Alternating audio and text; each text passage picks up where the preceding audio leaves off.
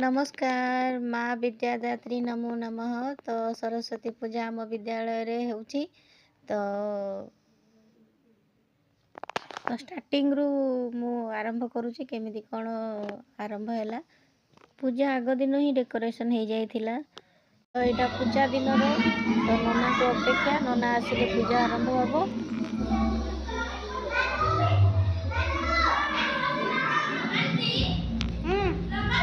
तो नना आसी गले पूजा आरंभ होला।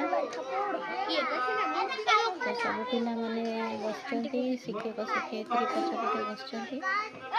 एक्चुअली छुआ मान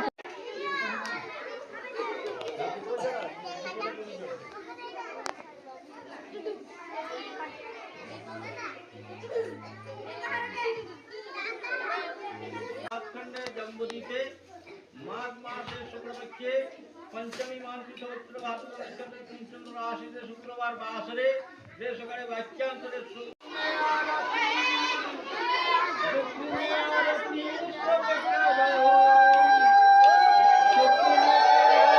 एठी हमर भोजी होची। परिया पत्र कटा चलची।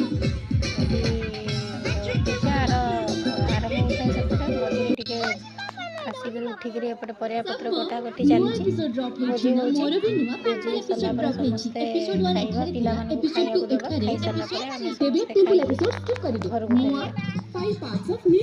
तो ये थिला मोर मिनी ब्लॉग केमती लागला निश्चय जणे कमेंट करी जणेबे सपोर्ट करिवे। वीडियो टी को लाइक शेयर और कमेंट करूथिबे। रहिली जय जगन्नाथ। Thank you.